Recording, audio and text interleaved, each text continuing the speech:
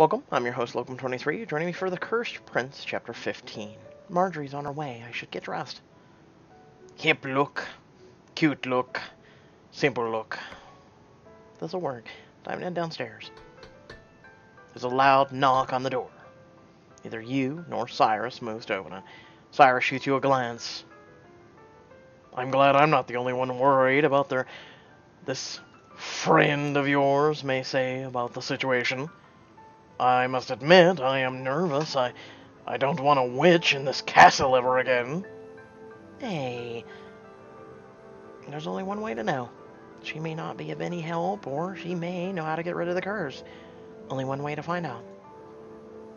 You left out the possibility that she makes things worse.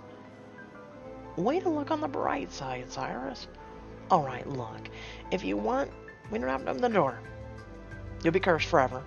I thought people from your era were braver than this, and riding around saving the day. But it's up to you. Fine. Let us hear what the witch has to say. The only time it's actually normal to call a woman a witch is when she's a witch. You open the door and Marjorie enters. You guide her to the sitting room. Cyrus stands back, arms folded.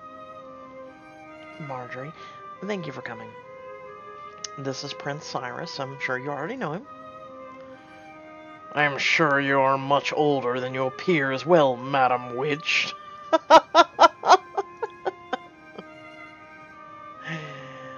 Oh, I'm sorry for Cyrus's mouth. I apologize for the prince, Marjorie. Sometimes he is very rude. Oh, don't worry, dear. I'm not easily offended, and I can understand why he'd be grumpy. Witches are tricky, and one of their tricks is their age. They look younger until they hit a certain age. Then it is like watching fruit go bad. They age quickly as they near their deathbed. The witch who cursed me was lovely, but the night she cursed me, she became a horrid, wrinkled mess. Her beauty was just a mask. You and Marjorie turn and stare at Cyrus as he rants. You briefly share a glance. Enough with the pleasantries. Let's go sit in the kitchen and get this awkward situation underway, shall we? Cyrus follows behind you and Marjorie as you sit down in the kitchen. He sniffs loudly. You have magic, and if I'm being honest, I hate magic. Let's get down to why you're here, Marjorie. I know you're a witch because you told me. And Cyrus knows you're a witch because I told him, and I'm guessing because he can smell it on you. How did you know I could? Because you make a doofy face when you smell something odd. Also the fact you go...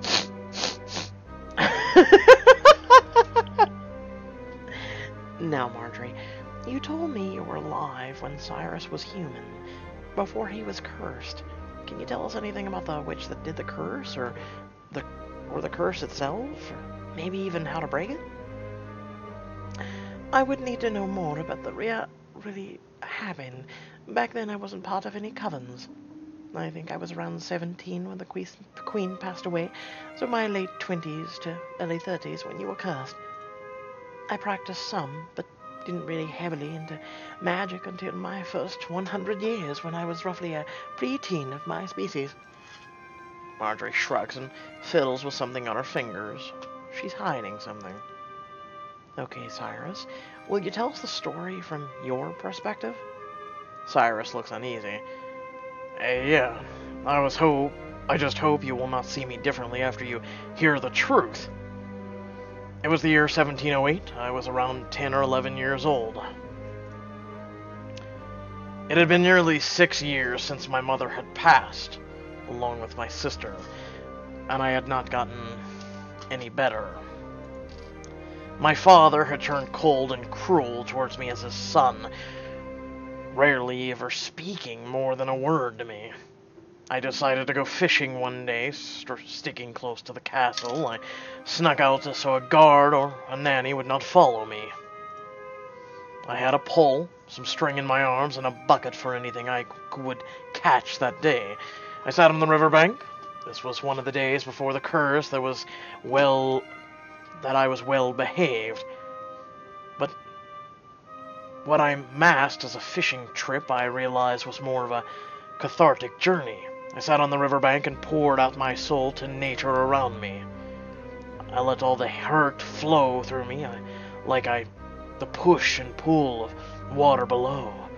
I was raw, hurt, and on the verge of a breakdown. But even this does not excuse my actions thereafter. Cyrus hesitates. It is difficult to go on.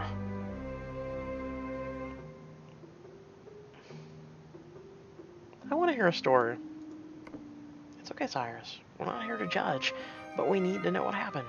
Go on. Cyrus takes a deep breath and continues. At some point, a boy approached me. This boy was probably a tad younger than me. I had never seen him before in the kingdom.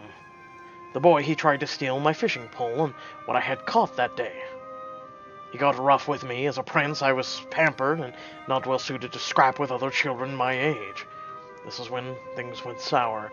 Let me guess, the string that you had for your fishing line, you wrapped around his neck and killed him with it. I was angry. I was being neglected by my father. My mother was dead. I thought it was my fault. And now this boy was stealing my things. When I pulled the fishing pole from his grasp, he tripped over the bucket in front of him and he fell face first in the creek. And? He would have been fine if I had simply walked away, but a hatred fell over me. I cannot explain it. I could not control it. I decided that his life was worth less than mine. I walked up to the boy as he flailed, trying to get out of the creek, and instead of helping him, I used my own small hands and held his head under the stream. Only after a few moments he stopped moving.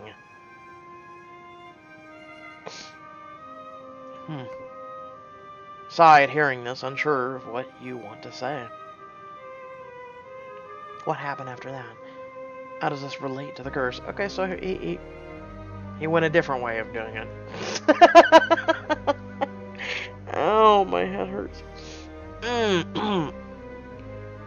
As I got up to leave, I saw a woman with bright red hair.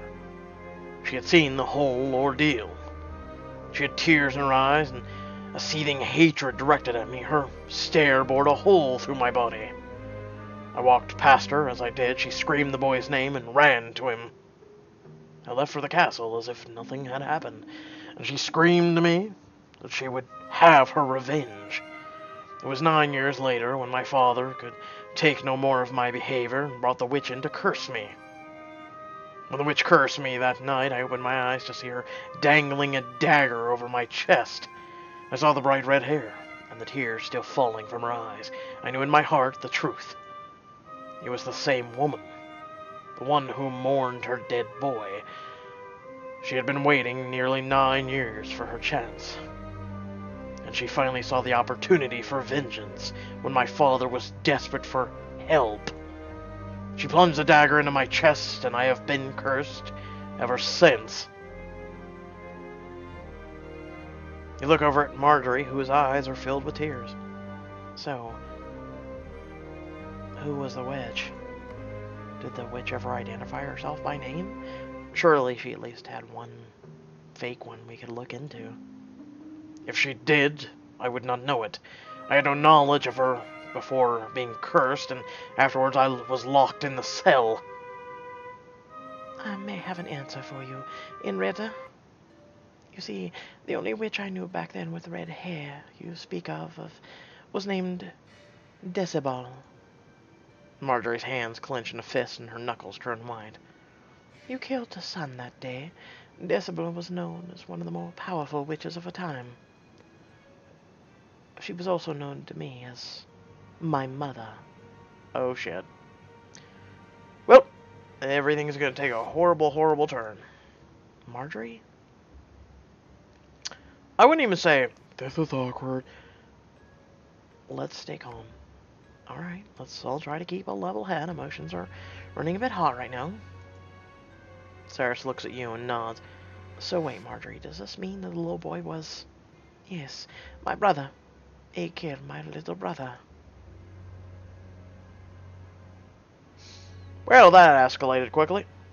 Marjorie leaps from her chair and lunges for Cyrus's throat. You snap out of your daze and grab a fist of Marjorie's hair, yanking her back. Hey, I get it, okay? You're pissed. I'm not happy about it either, but we agreed to all work together here, so sit down. You will not assault me in my own castle, witch! Ah, crap, now he's getting pissed. You sit down too. No fighting, not here, not now, not on my watch. Cyrus also almost immediately submits to your request. His eyes flash back to red and his body language changing entirely. Marjorie, on the other hand, is glaring at him, still trying to tug away from the fist tangled in her hair.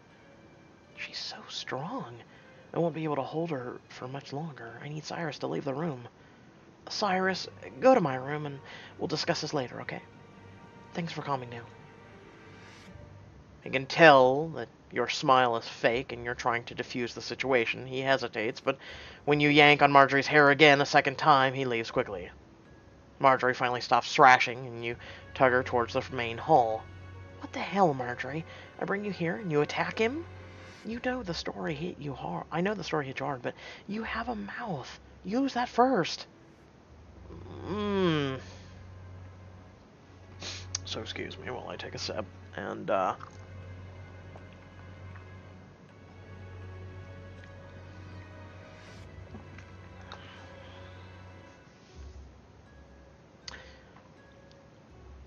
I guess we'll just go with it. I was gonna say something, but screw it.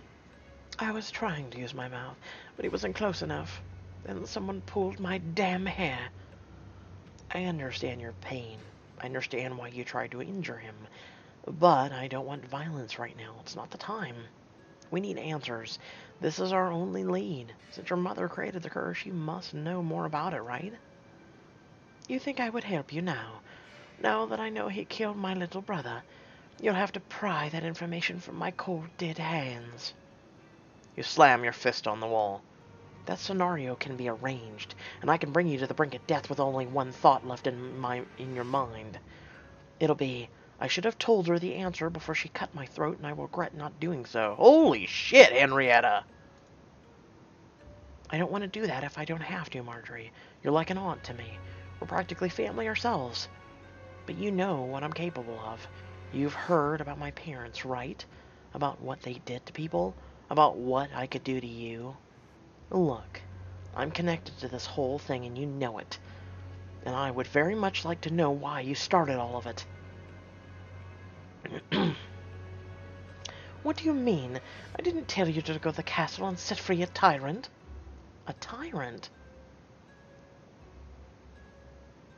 But Cyrus was trained to rule.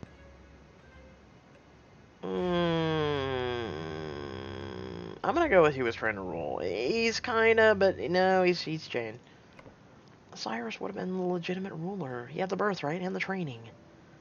And he was completely insane. Even the king knew. What? Yes. If Cyrus had taken the throne, he would have become a tyrant, a mad king. This is the reason his father called upon my mother for help, and her plan was set into motion. The king wasn't going to give Cyrus the crown. He thought the boy was unfit to rule thanks to his outbursts. He wanted to teach the prince a lesson. What he did not know is my mother's plan was already underway many years before she was hired to frighten the prince. After my brother was killed, she swore on his grave to make the person who did it pay. By driving him mad with magic, slowly but surely letting it corrupt him entirely. You mean she did something to make him lose more and more of his conscience? Among other things. The day he walked past her, she saw the regret and the guilt in his eyes, the eyes of a young prince who made a mistake. But she didn't want him to feel regret. She wanted him to suffer for what he had done. But why? If she knew he had regret, why be so malicious towards a young child? What did she accomplish by poisoning his mind for nearly a decade?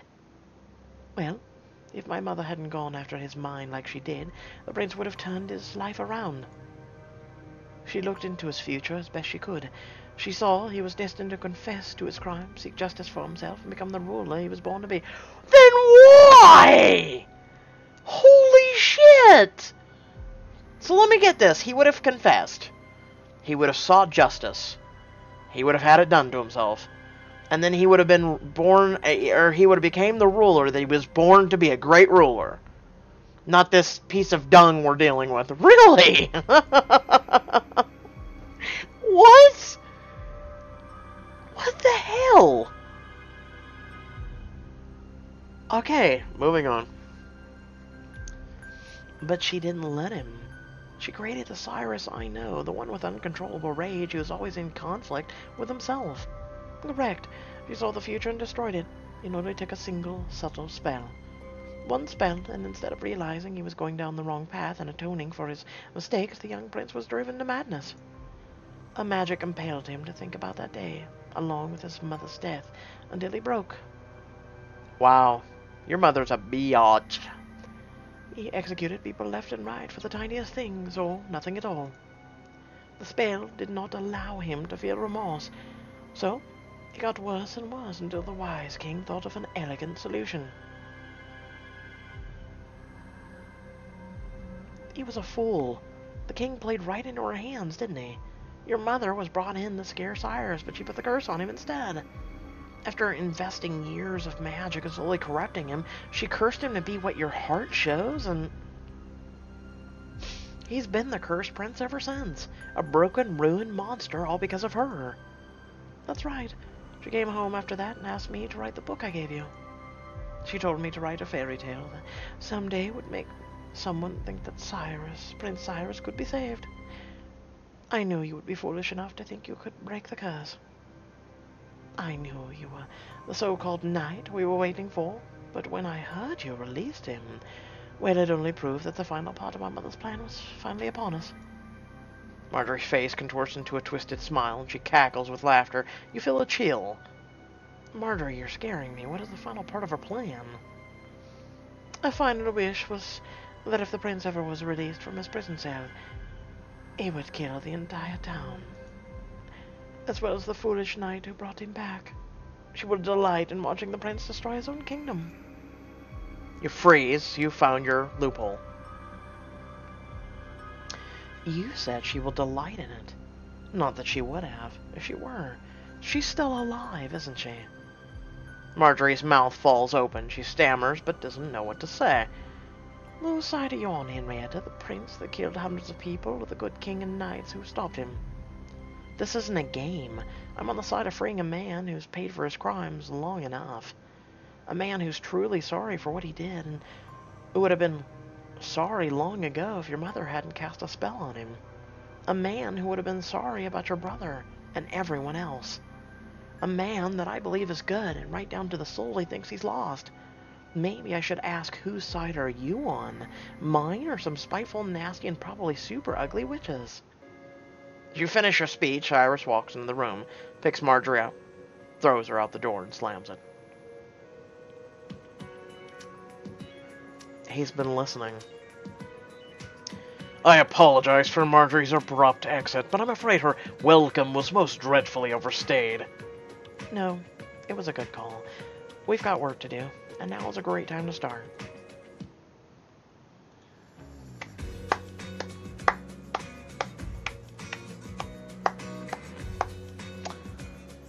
I gotta say, out of all the books I've read, out of all the books I've enjoyed with this app, I actually like this one the most. I've just decided. This book is actually the best one yet. Huh. Okay. Moving on. What do you guys think? Do you like it? Do you not? I actually really enjoy it. And hopefully there's a lot more chapters to come. With that being said, I hope y'all did enjoy. We're finally free. Free at last. Oh, thank God almighty. No, but we've got choices tomorrow. Or may I say, in approximately about 9 hours, give or take. Depending on when you're watching this, I'm watching it, or doing it 9 hours from then. So I'll have to work on crushing those choices at noon. Because I promised I was going to do a stream yesterday, and I never got around to it. I promised I was going to do a stream today, and we've been tied up with chapters. And then so I'm going to have to do one tomorrow after the 3 choices chapters are done. So with that being said, I hope y'all did enjoy. Head down in the description below. There's links to social media, links to our Discord server, and links to support me and my content. Please do so if you can. I work very hard on this, and your support is greatly appreciated. If you're not able to, however, please do like and share the video. And until next time, stay well, stay awesome, and thank you again for watching. Have a great rest of your day. Or night. Goodbye.